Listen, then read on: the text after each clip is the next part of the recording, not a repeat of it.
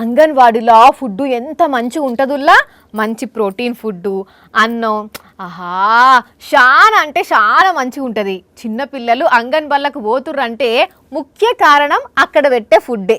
కోడిగుడ్లు అయితే గుటుక్కున మింగేస్తారు చిన్న చిన్న పిల్లలు. మీరు కూడా గుడ్లు తింటున్నారు కదా.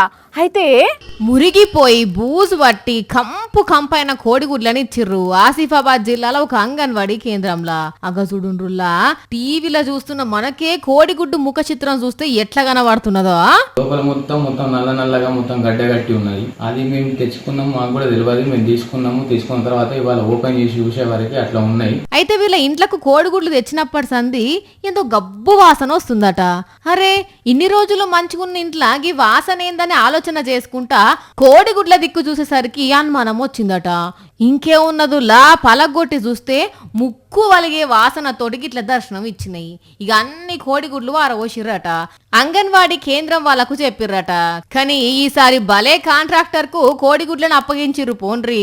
మొన్నటికి మొన్న నల్లగొండ జిల్లాల కోడిగుడ్డులో కోడి పిల్ల వెళ్ళింది, ఇంకో దగ్గర గట్లనే కోడి పిల్ల వెళ్ళింది.